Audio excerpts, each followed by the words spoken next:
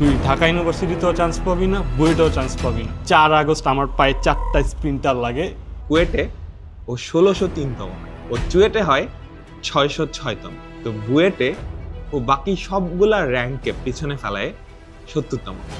আমার ফ্যামিলি থেকে এর আগে কেউ ইঞ্জিনিয়ারিংয়ে চান্স পায়নি। খুবই আফসোস লাগে, আমার নিজের এরকম কাহিনী হয়েছে। আলহামদুলিল্লাহ, যা হবে দেখা যাবে, কারণ আমি জানি যে আমি যদি নিজের বেস্টটা দিয়ে আসতে পারি তাইলেই আমার চান্স হবে। আর অভিদত্ত তুষার ভাই এরকম একটা কথা বলতো যে তোমরা যারা ইঞ্জিনিয়ারিং প্রিপারেশন নিছো আর আমাদের ক্লাসগুলো করছো, তাদের পিলিতে আটকানোর কোনো কথা না। বলা যায় যে আমার আম্মু আমার লাইফে একটা চার্মিং লাক বলা যায় যে লাকি পারসন।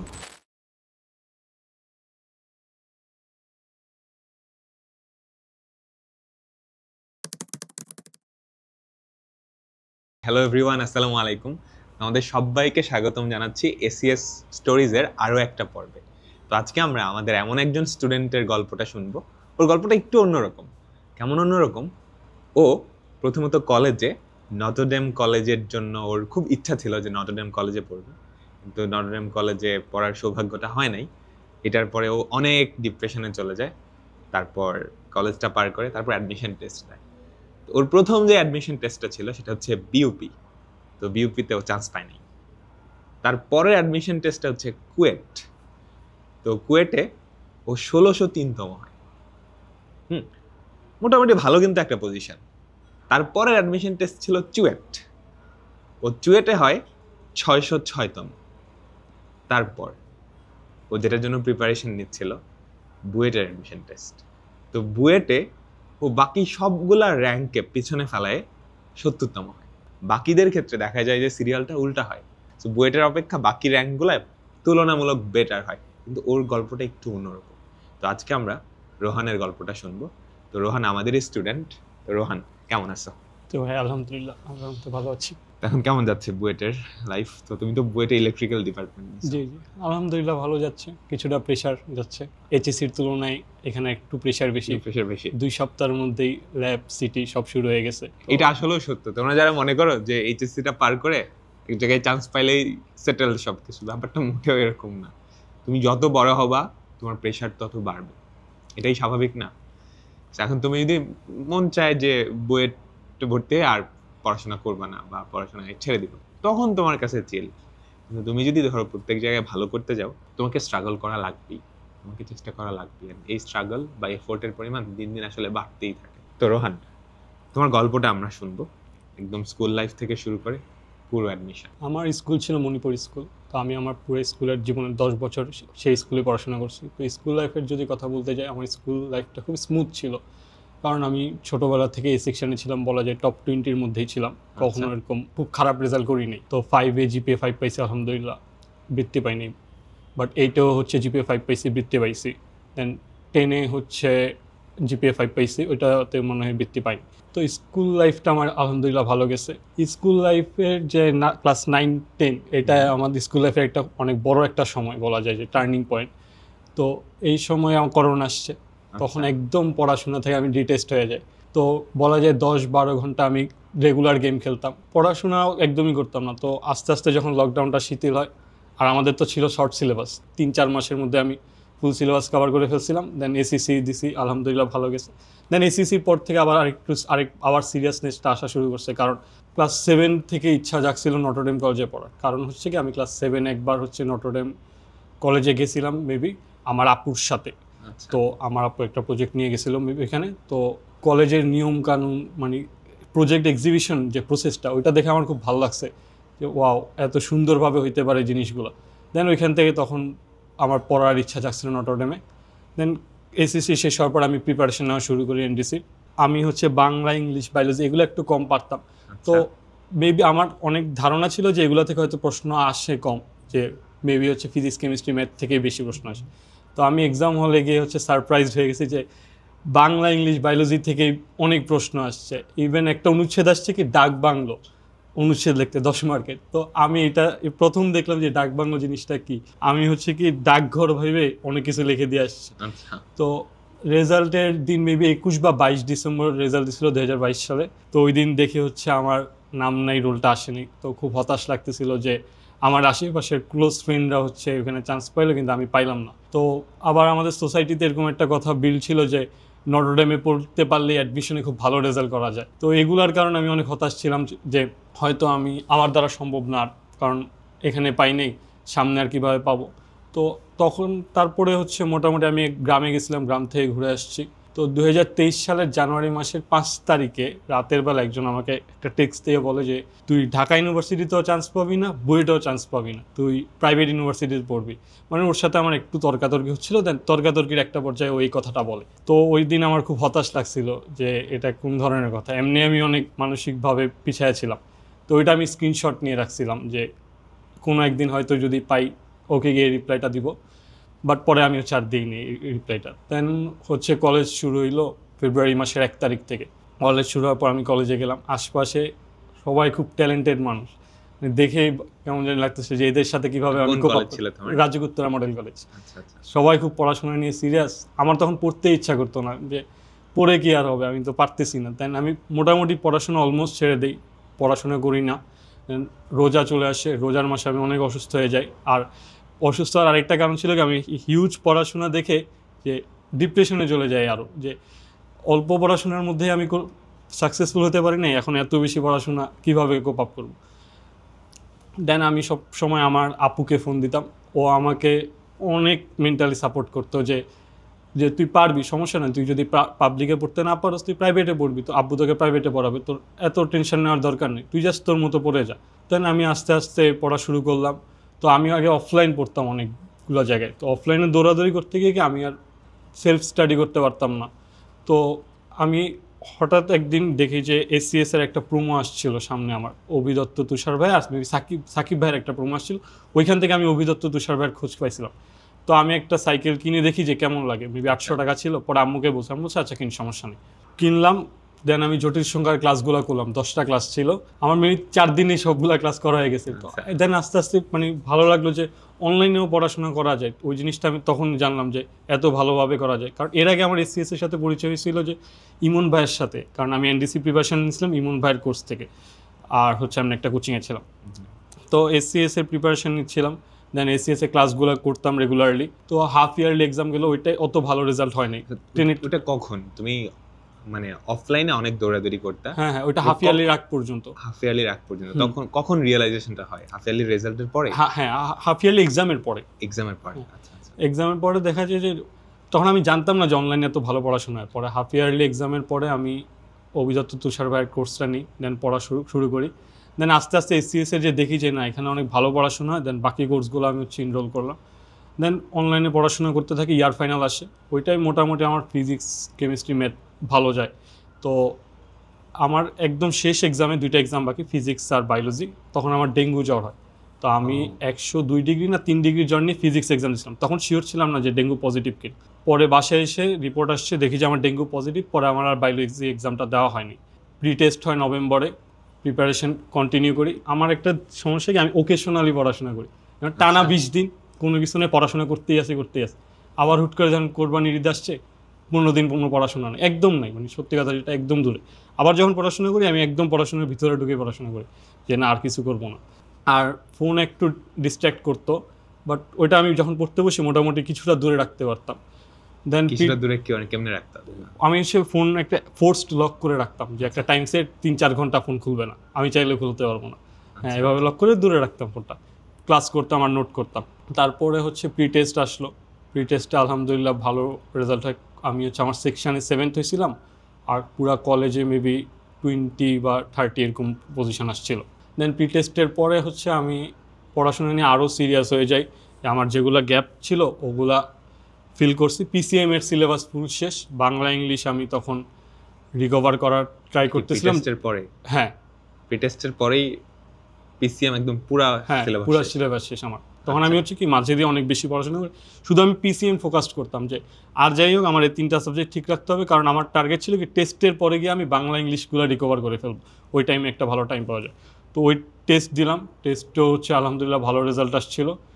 আমি সম্ভবত কলেজে 20তম হয়েছিলাম। বাংলা ইংলিশ রিকভার করে ফেলছি, বাকিগুলো পিসিএম পড়া ছিল। আর বায়োলজিতে আমি টার্গেট নিয়েছি A+ ছেড়ে দিব। ওটা কি টেস্টের পরে? হ্যাঁ, বাংলা ইংলিশ রিকভারটা কেমন করছো?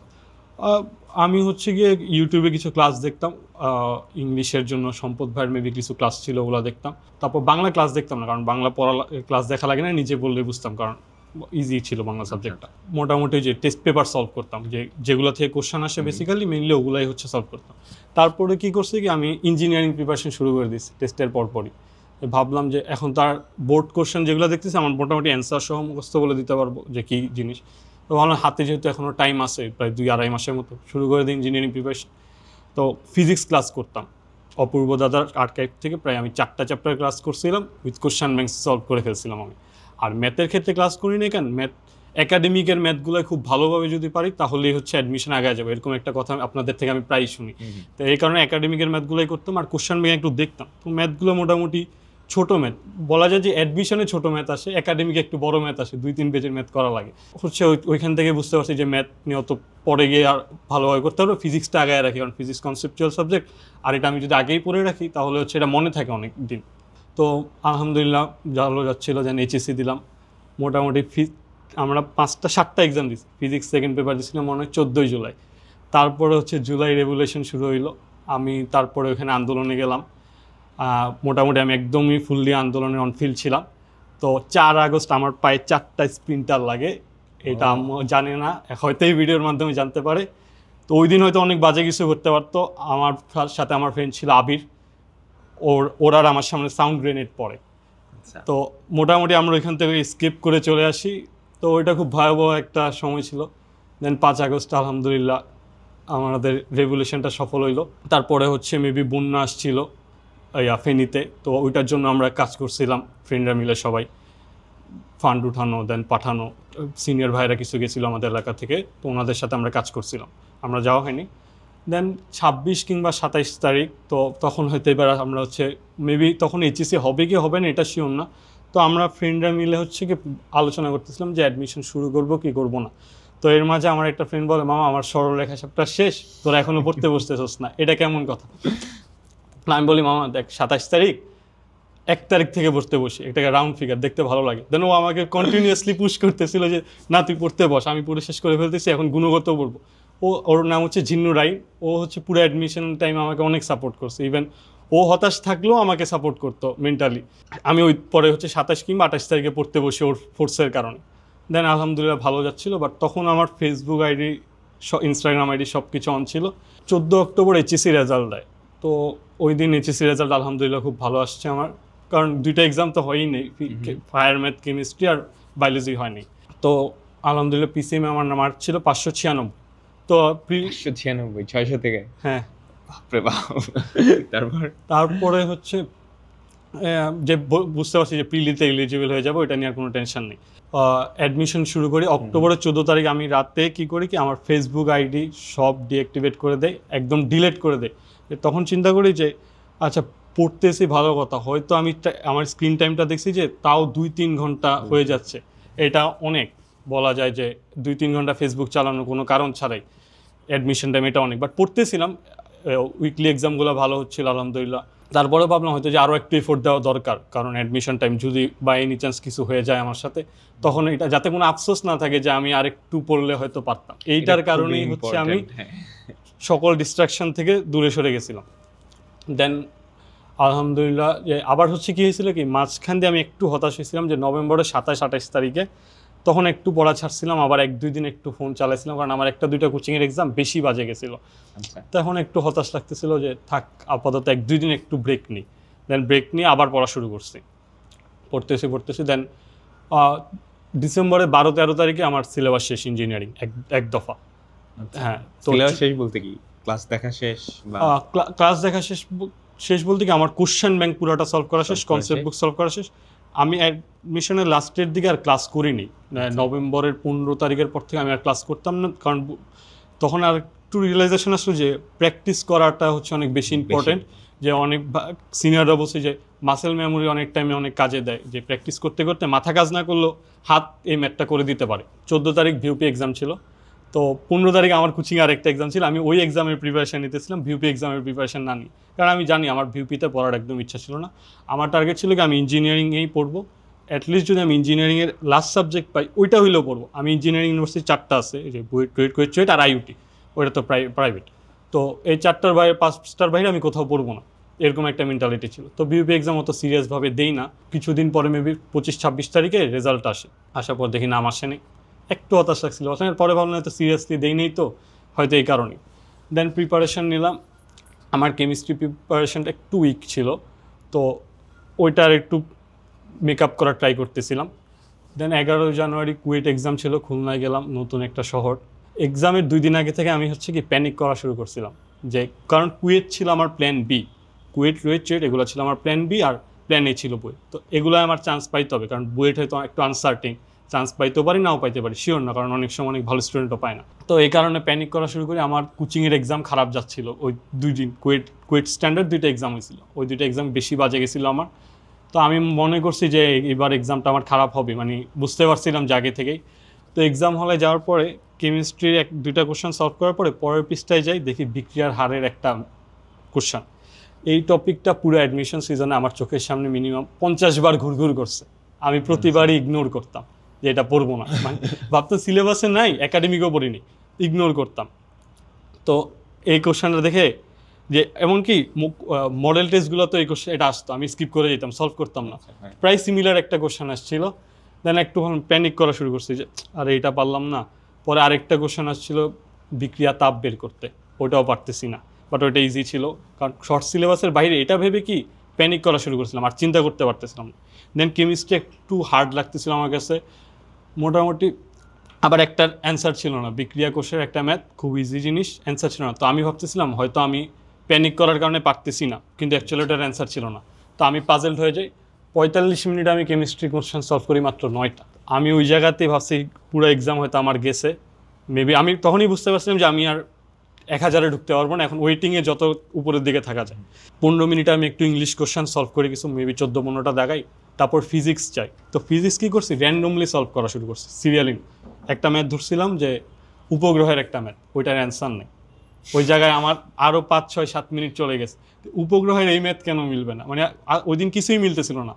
তো যেটা ধরি ওইটাই মিলতেছিল না। তার উপর দিয়ে আবার হচ্ছে কি দ্রুত করতে গেছিলাম, সিলি মিস্টেক হয়েছিল। একটা বলছিল যে উচ্চ প্রকোষ্ঠ আর নিম্ন প্রকোষ্ঠের তাপমাত্রা পার্থক্য। আমি জাস্ট উচ্চ প্রকোষ্ঠের তাপমাত্রা পাইছি, প্রথম অপশনে ছিল, দেখায় দিয়ে চলে আসছি। পরে এসে দেখি অ্যান্সার ভুল। তো এরকম কিছু সিলি মিস্টেক হয়েছিল। দেন ম্যাথে গেছিলাম, ম্যাথ 25টা ছিল, ম্যাথ আলহামদুলিল্লাহ ভালো দিছি। বাট ওই যে কী করছি কি, ইন্টিগ্রেশন তো ক্যালকুলেটর দিয়ে করা যায়, আমি আর ইন্টিগ্রেশন রিভাইজ দিয়ে যাইনি। আপনার ক্যালকুলেটর হ্যাক্স দেখছিলাম, মোটামুটি ক্যালকুলেটর হ্যাক্সের কারণে আমি ম্যাথ অনেকগুলো ইজিলি সলভ করতে পারছি। কিন্তু কুয়েটের ইন্টিগ্রেশনটা একটু ট্রিকি ছিল, ওরা ওই ক্যালকুলেটর হ্যাক্সের অপশন দেয়নি, ওরা সি বের করতে বলছিল। তো আমার ইন্টিগ্রেশন বেশ কিছু আগে করা হয়েছিল, তো ভাবছিলাম যে কুয়েটের পরে আবার এসে হাতে কলমে করব। তার আগে আমি ক্যালকুলেটারে করতাম শুধু। তো পরে 1 পেজ ইন্টিগ্রেশন করছি, প্রায় মিলে গেছিলো ইন্টিগ্রেশনটা, কিন্তু আমি আরও 1-2 লাইন করলে তো মিলে যেত। কিন্তু আমার হাতে আর টাইম নেই, কারণ আমি শুরুর দিকে অনেক টাইম নষ্ট করে আসছি, প্যানিক করছি। তো ফিজিক্সও আমি প্রায় 17-18টা করে দেন ম্যাথে চলে গেছি, কারণ পারতেছিলাম না। তারপরে ম্যাথ সলভ করছি, ম্যাথ মেবি আমি 22টা সলভ করছি, একটা সিলি মিস্টেক হয়েছে, 21টা হয়েছে আমার, আর 3টা স্কিপ করছিলাম। তো আলহামদুলিল্লাহ এক্সাম দিয়ে আসছিলাম, কিছু মিলাইছিলাম। দেন একটা এক্সাম দিয়ে এসে আমি একটা ঘুম দিছি, ঘুম থেকে উঠে কোশ্চেনটা কে জানি নিয়ে আসছে বাইরে, আমি দেখতেছি কোশ্চেনটা, দেখে ভাবতেছি এই এক্সামটায় আরও ভালো দেওয়া যেত। কারণ তখন মাথাটা একটু কাজ করা শুরু করছে, যে অনেকের কাছ থেকে শুনছিলাম যে ব্ল্যাঙ্ক অ্যান্সার ছিল, আবার অনেকে খুব ভালো এক্সাম দিয়ে এসছে। এরকমও হচ্ছে একটা হোয়াটসঅ্যাপ গ্রুপ ছিল, তুখোর গ্রুপ। তো ওইখানে একজন বলতেছিল এই লুথা কোশ্চেন করছে কুয়েট। আমার আরও হতাশ লাগতেছিল, আমি এখানে এক্সাম দিয়ে আসলাম বাজে। তো কুয়েটের রেজাল্ট দিল যথারীতি 3 দিন পরে। তো আমার পজিশন আসছে 1603।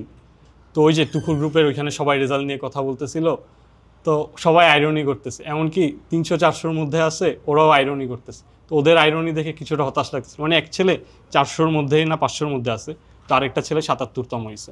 তো ওকে বলতেছে যে তোদের র্যাঙ্ক দেখে হতাশ লাগে ভাই। তো আমি ভাবতেছি ও 500-র মধ্যে থেকে ওর হতাশ লাগতেছে, আর আমি 1603, আমার তো এখানে থাকাই উচিত না। আমি সুন্দর মতো গ্রুপ লিভ দিয়ে দিই, গ্রুপ দিয়ে আমি হোয়াটসঅ্যাপ কিছুদিন অফ রাখি। পরে ওই রেজাল্টের সময় আমার ফ্যামিলি মেম্বাররা এতটা খুশি হয়েছে যে ওনাদের খুশি দেখে আমার আব্বু আম্মু আপু আমার মামা আমার দাদি ছিল, সবাই অনেক খুশি। দেন ফ্যামিলি মেম্বারকে জানাই কুয়েটের রেজাল্ট, হ্যাঁ কুয়েটের রেজাল্ট, যে ও কুয়েটে চান্স পাইছে, কারণ আমার ফ্যামিলি থেকে এর আগে কেউ ইঞ্জিনিয়ারিংয়ে চান্স পায়নি, আমি ফার্স্ট। তো এই কারণে সবাই অনেক খুশি। ওদের খুশি দেখে আমার এত খুশি লাগতেছিল যে মেবি কিছু একটা অ্যাচিভ করতে পারছি সামহাও। তারপরে প্রিলি ছিল 23 তারিখ। আমার আব্বু হচ্ছে বিদেশ থাকে, তো আব্বু আসছিল আমার নভেম্বরের দিকে, মেবি 26 জানুয়ারি চলে যাবে, 23 জানুয়ারি আমার প্রিলি ছিল। তো আব্বুকে নিয়ে গেছে সাথে। তো প্রিলি নিয়ে আমার কোনো টেনশনই ছিল না, কারণ আমি এনাফ কনফিডেন্ট ছিলাম যে ইঞ্জিনিয়ারিং প্রিপারেশন যেহেতু নিছি, প্রিলি ক্র্যাক করতে পারবো। আর অভিদত্ত তুষার ভাই এরকম একটা কথা বলতো যে তোমরা যারা ইঞ্জিনিয়ারিং প্রিপারেশন নিছো আর আমাদের ক্লাসগুলো করছো, তাদের প্রিলিতে আটকানোর কোনো কথা না। আর ক্যালকুলেটার হ্যাক্স ছিল, তো এই কারণে হচ্ছে, কারণ ক্যালকুলেটার খুব দ্রুত চালাতে পারতাম আমি, এটা একটা প্লাস পয়েন্ট ছিল। এই কারণে আমার প্রিলি নিয়ে টেনশন ছিল না। তো প্রিলি এক্সামে আমি প্রথম 30 মিনিটের মধ্যে ফিজিক্স কেমিস্ট্রি শেষ করে ফেলি। আচ্ছা, আর 30 মিনিট হাতে টাইম, তো আমি ঘড়ির দিকে দেখি 30 মিনিট টাইম, ম্যাথ এমসিকিউ আছে 34টা, আমি আস্তে আস্তে করবো পুরো প্রতিটা এমসিকিউ আমি 1 মিনিট ধরে টাইম দিয়ে করতেই আসি। প্রায় আমি 31-32টা সলভ করছি, 2টা পারতাম না, তো 2টা বাদ দিচ্ছি। তো প্রিলি দিয়ে বুঝে গেছি যে আমার সিলেকশন এখানে হয়ে কয়টা যায় অ্যানসার করছিলা? 75-76টার মতো, কারণ আমি কেমিস্ট্রি একটু কম পারতাম, তো মুখস্থ এমসিকিউ। 100টা কোশ্চেন থাকে না? হ্যাঁ, 75-76টার মতো। 75-76টা। হ্যাঁ, কারণ কেমিস্ট্রি কিছু স্কিপ করছিলাম আমি, কারণ মুখস্থ এমসিকিউগুলো বই পড়তাম না। দেন প্রিলি দিয়ে এসে আব্বুকে বলতেছি যে হ্যাঁ হয়ে যাবে, এটা নিয়ে কোনো টেনশন, মানে এমনকি এক্সামে যাওয়ার আগেই বলতেছিলাম যে এটা নিয়ে তোমরা টেনশনই করো না, এটা হবেই ইনশাল্লাহ। দেন মেবি প্রিলি 2-3 দিন পর দেওয়ার কথা ছিল। পরে আব্বু মনে ফ্লাইটে ছিল তখন মেবি ফ্লাইটে বা না আব্বু তখন পৌঁছায় গেছে। তারপরে আব্বু ছিল। প্রিলির রেজাল্টে একটা মজার ঘটনা ঘটছে। আমি বুয়েট রেজাল্টে ওয়েবসাইটে ঢুকে আমরা তো 24-25, আমি 23-24-এর পিডিএফে ঢুকে ফার্স্ট শিফটে নিজের নাম সার্চ দিস, আমি দেখি নাম নাই।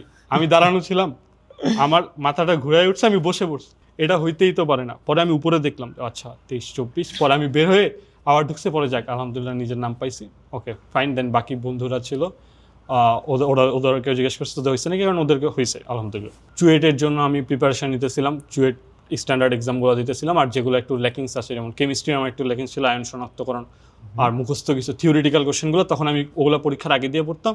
আর ম্যাথ নিয়ে তখন ইনাফ কনফিডেন্ট ছিলাম যে হয়ে যাবে। আর এরিয়া ইন্টিগ্রেশনটা একটু বারবার করতাম, কারণ এটা থেকে কোশ্চেন আসে। তো মোটামুটি আমার টুকিটাকি যেগুলো ল্যাকিংস ছিল ওগুলো পড়তাম। তার চিটাগাং হচ্ছে আমার হোম ডিস্ট্রিক্ট, তো আমি এক্সামের একদিন আগে গিয়ে আমার খালার বাসায় উঠি। তো ওইখানে আমার আপু ছিল, আমার আপু এখানে পড়াশোনা করে। তো মোটামুটি ফ্যামিলি সবার সাথে গল্প করতেছিলাম, এক্সাম নিয়ে কোনো টেনশন নেই। আমার চুয়েট এক্সামের পর আমি কাপ্তাই ঘুরতে যাবো, ওইটা নিয়ে আমরা প্ল্যান করতেছি যে কাপ্তাই ট্যুর দিব, ওইটা কী করবো না করবো। পরের দিন এক্সাম দিলাম আলহামদুলিল্লাহ। মানে বলা যায় যে চুয়েট এক্সামটা হয়েছে কি একটা কোশ্চেন বেস এক্সাম। 3-4টা কোশ্চেন ওরা কী করছে একদম বাইরে থেকে, ওগুলো একদম পারার মতো না, বাট বাকি কোশ্চেনগুলো পিসিএমের ছিল কোশ্চেন ব্যাংক টাইপ। আচ্ছা, আর ইংলিশ ছিল পুরাই আননোন, কোনো ক্লুই পাইনি আমি ইংলিশ কী করবো। পরে আমি ইংলিশ একদমই লিখি না, 1-2টা লিখছিলাম, হয়েছে কিনা জানি না। মোটামুটি এক্সাম ভালো দিলাম, বের হয়ে আপুকে বললাম, আপু ছিল আলহামদুলিল্লাহ আমার এক্সাম ভালো হয়েছে, এটাই হয়ে যাবে ইনশাল্লাহ। দেন কাপ্তায় ঘুরলাম, ঘুরে টুরে ওই দিন রাতে ঢাকায় ব্যাক করলাম। ঢাকায় ব্যাক করে একটু ঘুমায় এলাম। দেন পুরো রিফ্রেশ মাইন্ডে বইটার জন্য শুরু করলাম যে আলহামদুলিল্লাহ চুয়েট যেহেতু ভালো হয়েছে, আমি আমার বেস্টটা ডেলিভার করতে পারলে বইটাও হয়ে যাবে। কারণ প্রিপারেশন ভালো ছিল, একদিন যেদিন এক্সাম যেমন যায় আর কি। তো তখন আরও বেশি পড়তাম, ওই 10 দিনে হচ্ছে কি প্রায় 15-16 ঘন্টা পড়তাম। এমনকি কেতাবুদ্দিনের বই আমি তখন মেবি 2বার করছিলাম, সব প্রায় দাগানো ম্যাথগুলো 2বার করে ফেলছিলাম। এটা খুবই ইম্পর্টেন্ট, মানে যে অ্যাডমিশন টাইমের যে মাঝখানের টাইমটা, এটা খুবই ইম্পর্টেন্ট। আমি অনেককেই খেয়াল করি যে একটা অ্যাডমিশন টেস্ট দিছে, ভাই আর পড়াশোনার ইচ্ছা নাই, পড়াশোনা করতেছে, এরকম আমি অনেককে অনেকে দেখছি। আছে। হ্যাঁ, ধর কোনো একটা চান্স হয়েছে, এরপর ছেড়ে তারপর দেয়, হ্যাঁ আমি আর পড়বো না, বাকিগুলো হ্যাঁ হয়েছেই তো।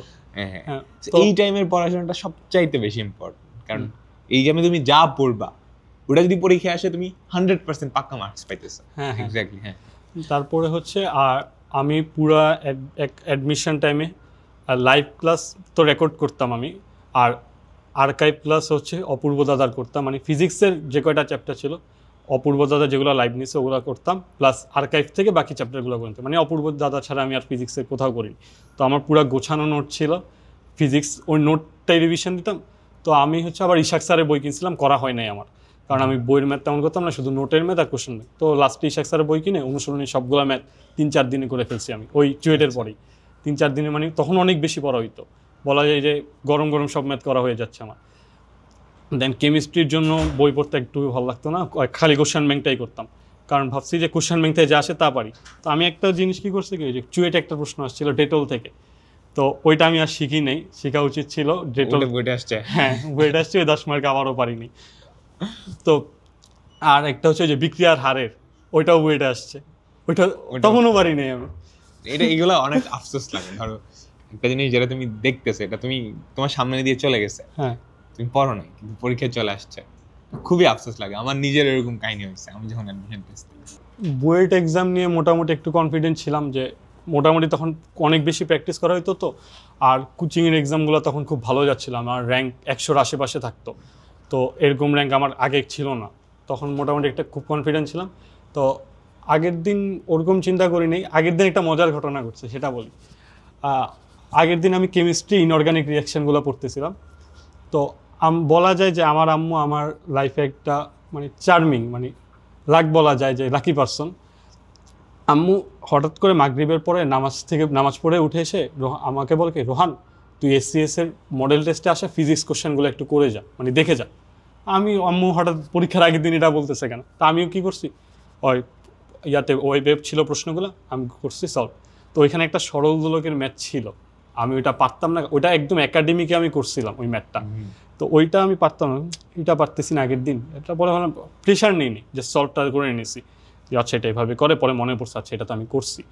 তো আরেকটা ফিজিক্স কোশ্চেন দেখতে যাই আর ম্যাথ কোশ্চেনগুলো টুকটাক দেখতেছিলাম। তো পরের দিন আমি পরীক্ষার হলো ওই ম্যাথ দেখার পরে আমি বলি যে মানে অনেক খুশি লাগতেছিল যে একটা 10 মার্ক পেয়ে গেলাম ফ্রিলি, মানে এত খুশি লাগতেছে। তখন আম্মুর কথা বারবার মনে করতেছিল যে এই 10 মার্ক একদম মানে পাইতাম না কিন্তু পেয়ে গেছি। তো তখন হচ্ছে এই কারণে হচ্ছে এক্সামটা আরও ভালো যাচ্ছিলো। তো এক্সামের আগের দিন গেল প্রায় আমি 11টার দিকে কী করছি, আম্মুকে বলছি আম্মু ঘুমের ওষুধ 3 ভাগ করে 1 ভাগ আমাকে দাও, আমি একটা ভালো ঘুম দেই, আর একটু খাইলে হচ্ছে সমস্যা হয় না। তো খেয়ে আমি হচ্ছে ঘুম দিছি। 7টার দিকে উঠছি, 6:30 7টার দিকে, পুরো ফ্রেশ মাইন্ড, এক্সাম নিয়ে কোনো টেনশন হচ্ছে না। আলহামদুলিল্লাহ যা হবে দেখা যাবে, কারণ আমি জানি যে আমি যদি নিজের বেস্টটা দিয়ে আসতে পারি তাইলেই আমার চান্স হবে। গেলাম। তো আমার ম্যাথ নিয়ে একটু কনফিডেন্স ছিল যে আগের এক্সামগুলোয় কোচিংয়ে যখন এক্সাম দিতাম ম্যাথে 130 140, একটা 140 পেয়েছিলাম, 120-এর উপর থাকতো। তো ভাবলাম হয়তো এবার ম্যাথ দিয়ে শুরু করি, কেমিস্ট্রি দিয়ে তো যদি না পারি, কেমিস্ট্রি যদি কঠিন আসে বা থিওরিটিক্যাল কোশ্চেন করে বই প্রায়ই দেখছি, কারণ থিওরিটিক্যাল একটু কম পারতাম। তো ম্যাথ কোশ্চেন দেখতেছি পারি না। আচ্ছা 4টা প্রশ্ন আমি ডাইরেক্ট কমন পাইছি, মেবি মানস জায়গায় রাখছি, আচ্ছা সমস্যা নেই। পরে ফিজিক্স কোশ্চেন আমি ভালো করে দিয়েছিলাম, 10 মিনিট আগে কোশ্চেন দেয়, ফিজিক্স কোশ্চেন দেখতেছিলাম, 13টার মধ্যে আমি 12টাই পারি। আরেকটা প্রাবল্যের ম্যাচ ছিল, ভাবছি যে ওইটা চিন্তা করলে পারবো, আমি একটু কনফিডেন্ট ছিল যে চিন্তা করতে হবে, তখন চিন্তা করিনি, জাস্ট কোশ্চেনটা পড়ে চলে গেছি আমি। 12টা প্রশ্ন আমি পারি। আর ওই যে ওই কোশ্চেনটা দেখার পর একটু ভালো লাগতেছিল যে একটা কোশ্চেন আননোন প্রশ্ন পেরে যাচ্ছে। দেন কেমিস্ট্রিতে গেলাম, তখন কেমিস্ট্রিতে প্রশ্ন পড়া শুরু করছি, তখনই লেখার টাইম শুরু হয়ে গেছে। তো কেমিস্ট্রি প্রশ্ন পুরোটা পড়িনি, জাস্ট লিখে যাচ্ছিলাম। দেন কেমিস্ট্রি প্রশ্ন মোটামুটি সব কমনই আসছিল বলা যায়, ওজন অ্যানালাইসিসের একটা ছিল মেবি, তারপর শঙ্করায়নের ছিল, ওগুলো আলহামদুলিল্লাহ করছিলাম। দেন ওই ডেটলের যেটা, ওইটা আমি বুঝি নাই যে ডেটলের, কারণ বিক্রিয়া পূর্ণ করতে বলছে। তো যদি বলতো যে ডেটল প্রস্তুতি বিক্রিয়া লাগবে, তাহলে হয়তো প্যানিক করতাম, কারণ এটা চুয়েটে আসছে। তখন বুঝি না যে বিক্রিয়া পূর্ণ করো, এটা ডেটল ছিল। আচ্ছা ওইটা স্কিপ করছি আমি। দেন কেমিস্ট্রি সব করছিলাম। আরেকটা ছিল হাইড্রোকার্বনের একটা ম্যাথ, C5H4 আসছে অ্যান্সার, আমার অ্যান্সারটা পছন্দ হয়নি।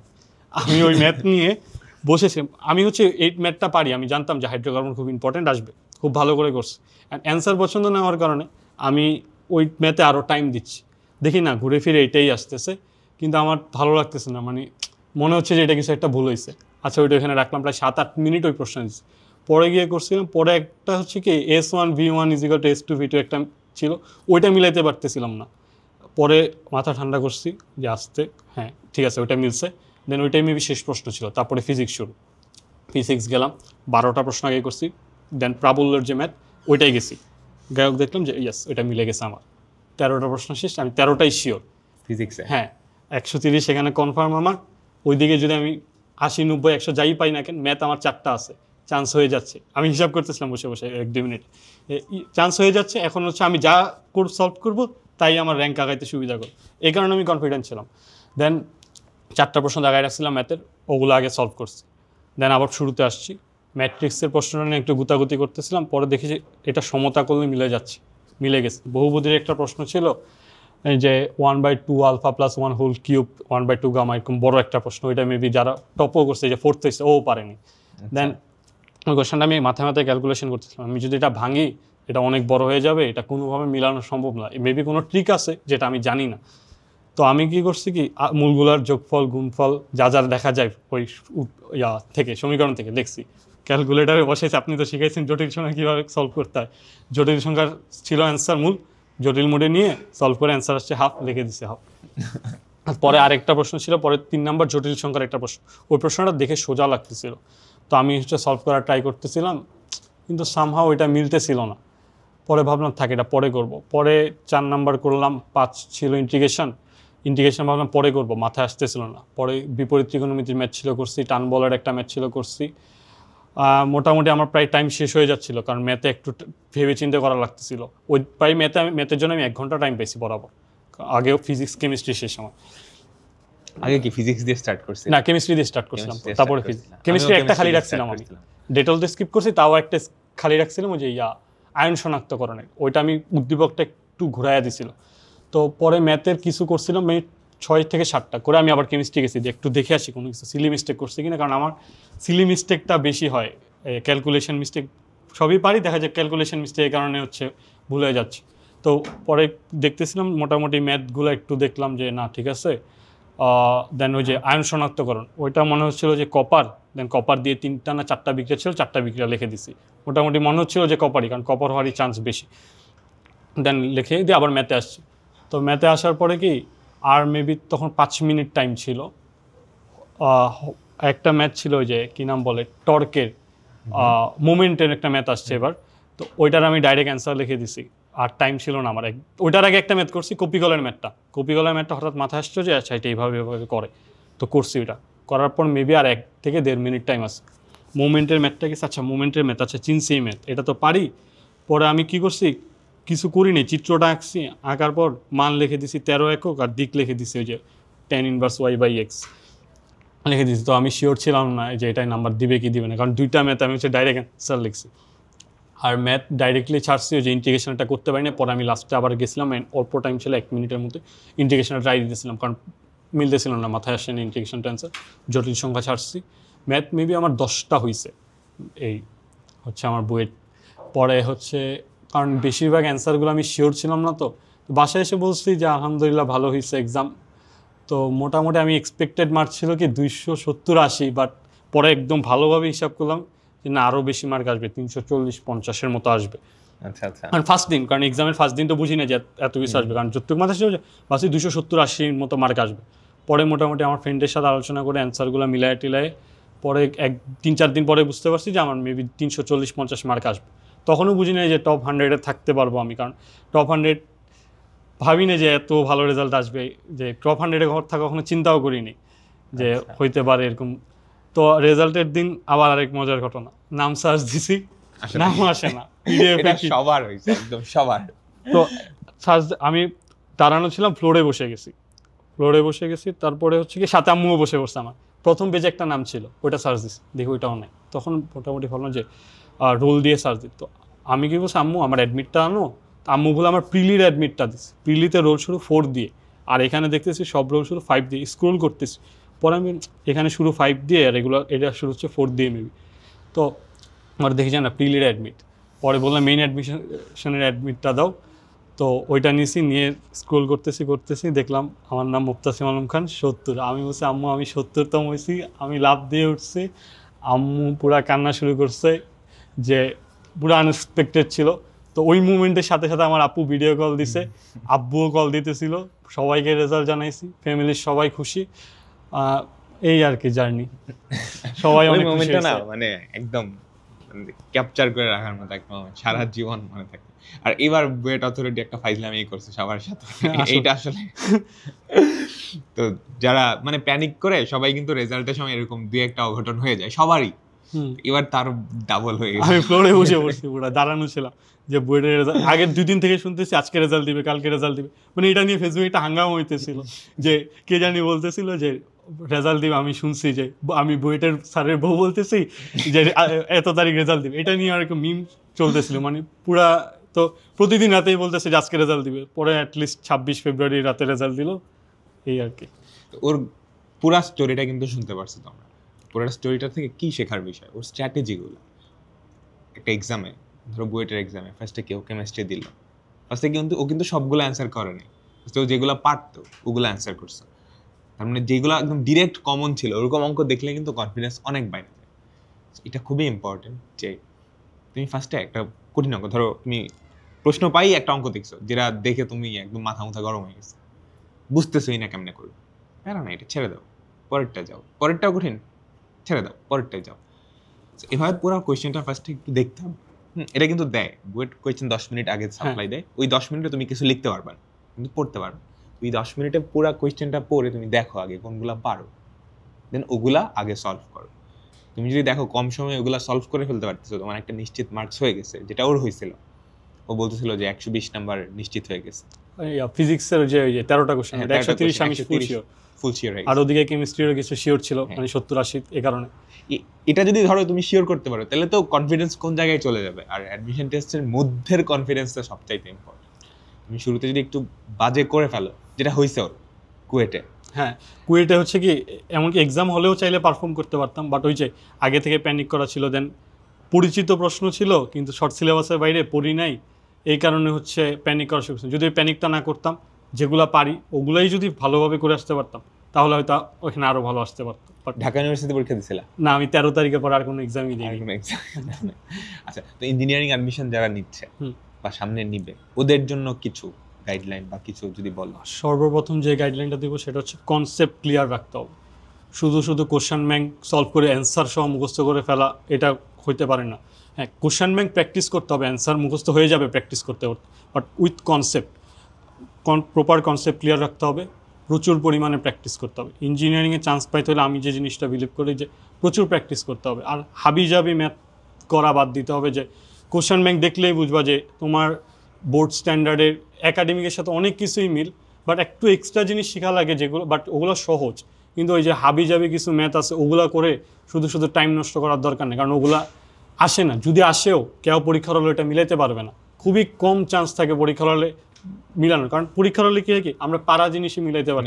এক্স্যাক্টলি, কঠিন জিনিসগুলো তো অনেক দূর, আগে পারা জিনিস মিলাতে পারলে হচ্ছে আমার চান্স নিশ্চিত হয়ে যায়। এই জিনিসটা আমাদেরকে আগে বুঝতে হবে, বাট এই জিনিসটা অনেকে বুঝতে চায় না, ভাবে যে কঠিন জিনিস করতেই হবে তাহলে হচ্ছে আমি অ্যাডমিশনে পাবো। বাট এক্সাম হলে মানে কেউ যদি নিজের পারা জিনিসটা মিলাই দিয়ে আসতে পারে, ওর চান্স নিশ্চিত। তুমি অ্যাভারেজ স্টুডেন্ট হলো, তুমি যেগুলো পারো ওগুলা যদি এক্সাম হলে লিখে দিয়ে আসতে পারো তাহলে এই চান্স নিশ্চিত। কিন্তু এটাই আসলে হয় না, কারণ এক্সাম হলে টেনশন থাকে, প্রেশারটা অনেক বেশি থাকে। প্রেশার থাকে, এই কারণেই হচ্ছে কি সহজ জিনিসে বারবার প্র্যাকটিস করতে হবে। তো আমি লাস্টে সহজ জিনিসগুলোই বারবার প্র্যাকটিস করতাম মোটামুটি, এই কারণে হচ্ছে সব কিছু মাথায় ছিল, ভালোভাবে ডেলিভারি দিতে পারছি। আর এক্সাম স্ট্র্যাটাজি অনেক নির্ভর করে, কারণ আমি ম্যাথ দিয়ে শুরু করবো ভাবছিলাম, কিন্তু কোশ্চেন কঠিন দেখে করি নাই। ডিসিশন নিতে পারতে হবে যে এক্সাম হলে সিচুয়েশন অনুযায়ী, যেটা আমি কুয়েটে করতে পারিনি। কুয়েটে হয়তো আমি কেমিস্ট্রি পারতেছি না, আচ্ছা ভালো স্কিপ করে যে অন্যগুলো একটু ঠান্ডা মাথায় করতে পারলে হয়তো ভালো হতো, পরে আবার এসে কেমিস্ট্রি মিলাতে পারতাম। এরকম যেমন বুয়েটে আমি ম্যাথ দেখছি শুরু করছি, ভাবছিলাম যে ম্যাথ করি নাই, যাক পরে করবো, ম্যাথ দিয়ে শুরু করবো ভাবছি বলে করতে হবে এমন তো কোনো কথা নেই। দেন আমি কেমিস্ট্রি করলাম, ফিজিক্স করলাম। ফিজিক্স যখন 13টা হয়েছে, মানে মোটামুটি আমি 13টাই কমন পাইছি এরকম বলে, কারণ প্রাবল্যের ম্যাথটাও খাতায় ছিল, বাট একটু চিন্তা করা লাগছে আমার, অন্যভাবে প্রশ্নটা উপস্থাপন করছে, হয়ে গেছে ফিজিক্স। দেন ম্যাথে আসলাম, কারণ ফিজিক্স যেহেতু সেখানে একটু কনফিডেন্স ভালো ছিল যে আমি একটু বুঝতে পারছি যে আমার চান্স এখন হয়ে গেছে, কারণ ম্যাথ প্রশ্ন কঠিন হয়েছে। এইগুলো হচ্ছে কারণ মাথায় ছিল যে যেহেতু প্রশ্ন কঠিন হয়েছে তার মানে অনেকে প্যানিক করা শুরু করবে, তো এইটা মাথায় ছিল। দেন ম্যাথ সলভ করে, দেন আস্তে আস্তে সলভ করে কেমিস্ট্রির একটা বাকি ছিল ওইটা করে আসছি। দেন আরও লাস্টে ডাইরেক্ট অ্যান্সার লিখে দিচ্ছিলাম, যেগুলো মোটামুটি ক্যালকুলেটার দিয়ে করা যায়। এই কারণে হচ্ছে আলহামদুলিল্লাহ ভালো হয়েছে এক্সাম। সো ও কিন্তু সেম রোহান কুয়েটে পরীক্ষা দিছে, চুয়েটে পরীক্ষা দিছে, বুয়েটে পরীক্ষা দিছে, একই মানুষ কিন্তু স্ট্র্যাটেজির কারণে এক একটা এক্সামে ওর রেজাল্ট কি এক এক রকম হয়ে গেছে। সো পড়াশোনাটা ইম্পর্টেন্ট, প্র্যাকটিসটাও ইম্পর্টেন্ট, পাশাপাশি এক্সাম হলের যে স্ট্র্যাটেজিটা, এটা কেমনে করতে হবে, এই স্ট্র্যাটেজিগুলা ধরো এক্সাম দিতে দিতে হয়ে যাবে। সো এটাও খুবই ইম্পর্টেন্ট একটা কথা, অ্যাডমিশন টাইমে এক্সাম কিন্তু দেওয়াই লাগবে। আরেকটা কথা কি, আমি পারি আর না পারি, আমি পুরো অ্যাডমিশন টাইমে কোনো এক্সাম স্কিপ করি না। মানে কম নাম্বার পাইছি আমি 230-এ, এমনকি 100-র নিচেও একবার গেছিলো আমার, তাও মানে আমি এক্সাম দেওয়া বাদ দিই। যে অনেক আছে ভয়ে এক্সাম দেয় না, যে না আমি এক্সাম দিব না, আমি এক্সাম দিছি। এমন হয়েছে একদিন হচ্ছে মাথা ব্ল্যাঙ্ক হয়ে গেছিলো, ফিজিক্স আমি এই টার্গেট নিয়ে গেছিলাম যে এই উইকলিতে আমি ফিজিক্সে 60 পাইতে হবে, ওই উইকলিতে আমি ফিজিক্সে পাইছি 0। এরকম হইতে পারে অনেক সময় মাথা ব্ল্যাঙ্ক হয়ে যায়। তো তাও মোটামুটি আমার যে জিনিসটা আমি হাল ছাড়িনি, মোটামুটি একদম শেষ পর্যন্ত ছিলাম, যে না ট্রাই যেহেতু করছি শেষ পর্যন্ত 13 ফেব্রুয়ারি পর্যন্ত করে যাই না। এই তো হয়ে গেছে আলহামদুলিল্লাহ। প্র্যাকটিস করতে হবে, হাল ছাড়া যাবে না। আর এক্সাম, অনেকেই এটা ভয় পাও যে দুই একটা পরীক্ষা খারাপ করে পরে আর এক্সামই দাও না। এটা কিন্তু করা যাবে না, এক্সাম কন্টিনিউ করতে হবে। তো রোহান, তোমাকে অনেক অনেক থ্যাংক ইউ এই গাইডলাইনগুলো বা তোমার গল্পটা শেয়ার করার জন্য। আশা করি যারা দেখছে সবাই এই মানে অ্যাডমিশনের গল্পগুলো না, পরীক্ষা হলের গল্পগুলো, মানে পরীক্ষা হলের এক্সপিরিয়েন্স তো তুমি একবারই পাবা, বুয়েটের এক্সাম হলের গল্প মানে এক্সপিরিয়েন্সটা তো একবারই পাবা। তো ওইটার সম্পর্কে আইডিয়াগুলা নিতেই কিন্তু আমাদের এই স্টোরিজগুলো। তো রোহানের গল্প শুনে নিশ্চয়ই তুমি ওর সাথে সাথে নিজেকেও ইমাজিন করছো না বুয়েটের এক্সাম হলে। ওর এক্সপিরিয়েন্সটা কিন্তু তোমার মোটামুটি হয়ে গেছে, এখন নিজেকে একটু প্রিপেয়ার করতে হবে। ভাই আরেকটা কথা, আমার আজকের এই পজিশনে মূলত আসার পিছনে আপনাদের অবদান, এসসিএস এর অবদান অনেক। কারণ আমি একাডেমিকে অনেক পাজেল হয়ে যাচ্ছিলাম, শুরুতে বলছিলাম যে কীভাবে পড়াশোনা করবো না। এসসিএস এর যে একাডেমিক কোর্সগুলো, ওগুলোর থেকে আমি সত্যি বলতে অনেক হেল্প পাইছি। আমার একাডেমিক অ্যাডমিশন মিলায় ফিজিক্সের নোট খাতা হয়েছে 21টা, ম্যাথের নোট খাতা হয়েছে মেবি 15, 16 না 17টা এরকম, কেমিস্ট্রির 10, 11টা। তো বুঝতে পারতেছেন আমি ক্লাসে যা করতাম সব নোট করতাম। মানে হয়তো একটা ক্লাস করতে আমার অনেক টাইম লাগতেছে, মানে পজ করে করতেছি, বাট আমি নোট করতাম। এই জিনিসটা গুরুত্বপূর্ণ যে ক্লাস নোটটা রাখতে হবে। বাট যদি একাডেমিকে খুব ভালো নোট করা থাকে তাহলে অ্যাডমিশন স্লাইড দেখলেও হবে, কারণ তখন হয়তো প্র্যাকটিস করাটা বেশি গুরুত্বপূর্ণ। বাট আমি হচ্ছে কি ফিজিক্স আগে আগানো ছিল, তো আমার ফিজিক্সের ক্লাসগুলো খুব দ্রুত শেষ হয়ে গেছিলো, এই কারণে ফিজিক্স নোটটা ভালো ছিল। লাস্টে গিয়ে ম্যাথ ক্লাস কিছু আর করি নেই, কারণ ভাবলাম যে প্র্যাকটিস করতে পারলে খুব ভালো। আর আপনাদের ক্লাস, আপনাদের কারণে বলা যায় যে আমি আজকে এই পর্যন্ত আসতে পারছি। না না, তো সত্যি বলতে কি, মানে আব্বু আম্মু আমাকে অনেক সাপোর্ট করছে, আমার আপু সাপোর্ট করছে, আমার ফ্রেন্ড সাপোর্ট করছে। আপনাদের যে গাইডলাইন ক্লাস, এটা সত্যি আমি অনেক কৃতজ্ঞ থাকবো। আমি মাঝে মধ্যে রিয়েলাইজ করি যদি আপনারা না থাকতেন তাহলে হয়তো আমি পাজেল হয়ে যেতাম যে এত সুন্দর একাডেমিক গুছানো পড়াটা। যেমন আমি এখন ভার্সিটিতে উঠে এই জিনিসটা খুব একটা মিস করি যে নিজের পড়াটা এখন নিজে গুছায় নিতে হইতেছে। নিজে But করতে আপনারা যে জিনিসটা গুছায় দিতেন, আমি জাস্ট আসতাম, ক্লাস করতাম, ওকে, আর প্র্যাকটিস করতাম। বাট এখন কি হচ্ছে কি, সব নিজে গুছায় নিতে হইতেছে। তো ওই জিনিসটা আমি মিস করতেছি যে কেউ হয়তো গুছায় দিলে কিছুটা ভালো। ইউনিভার্সিটিতে উঠে এটা আসলে নিজেকেই করতে হয়। নিজেকেই করতে হয়। একটু মানে সিলেবাসটা অনেক ইয়ে তো হ্যাঁ। ডাইভার্স, সো মানে স্ট্রাকচার্ড কোনো কিছু থাকে না। হ্যাঁ, ওয়ান স্টপ সলিউশন নেই কোনো। হ্যাঁ, ও যেটা বললো নোট করাটা, প্রথমবার নোট করে তোমরা অনেকেই কমপ্লেন করো, ভাই নোট করতে অনেক টাইম লাগতেছে, 1 ঘন্টা ক্লাস করবো, নোট করতে আরো 1 ঘন্টা লাগতেছে। লাগুক, প্রথমবার লাগবেই। এরপরে এটা তোমাকে কিন্তু রিভিশন দিতে খুবই হেল্প করবে। হ্যাঁ। ধরো একটা চ্যাপ্টার তুমি দেখা যায় 2-3 ঘন্টায় বা 1 ঘন্টায় পুরো চ্যাপ্টার হ্যাঁ, রিভিশন আমার ফিজিক্স খাতা রিভিশন দিলে কি হইতো কি, আর কোনো কিছু পড়া লাগতো না, কোশ্চেন ব্যাংকে সব ম্যাথ হয়ে যাচ্ছে, কনসেপ্ট বুক যেখানে, মানে মোটামুটি সব রকম কনসেপ্ট ওইখানেই আছে। সো প্রথমবার নোট করো, একটু টাইম দাও, এটা একটা ইনভেস্টমেন্ট। পরবর্তীতে তোমার কি সময়টা অনেক কম লাগবে তুমি যখন রিভিশন দিতে যাবে। আর রিভিশনটা সবচাইতে ইম্পর্টেন্ট, কারণ পরীক্ষা হলে তুমি যেটা রিভিশন দিয়ে গেছো ওটাই দেখবা আসছে, ওটাই পারবে। রিভিশন না দিয়ে গেলে তো পরীক্ষা হলে লেখাটা কঠিন হয়ে যায়। আর ও আরেকটা কথা বলছে, যেগুলো পারো ওগুলো অ্যান্সার করে দিয়ে আসতে হবে, পারা জিনিস ভুল করা যাবে না। তাহলেই তুমি ইঞ্জিনিয়ারিংয়ে খুব ভালো রেজাল্ট করতে পারবে। ইঞ্জিনিয়ারিং না, তুমি যে কোনো জায়গায় খুব ভালো রেজাল্ট করতে পারবে। তো রোহান, তোমাকেও থ্যাংক ইউ। আর যারা এতক্ষণ দেখছো, আশা করি অনেক কিছু শিখতে পারতেছো, অনেক স্ট্র্যাটেজি ধরতে পারছো। তো তোমাদের সবার জন্য অনেক অনেক শুভকামনা রইল। তোমরা হয়তো সামনে বা কিছুদিনের পরেই রোহান যে এক্সপিরিয়েন্সটার মধ্য দিয়ে গেছে ওটার মধ্য দিয়ে তোমরাও যাবা। তো সবাইকে বেস্ট অফ লাক।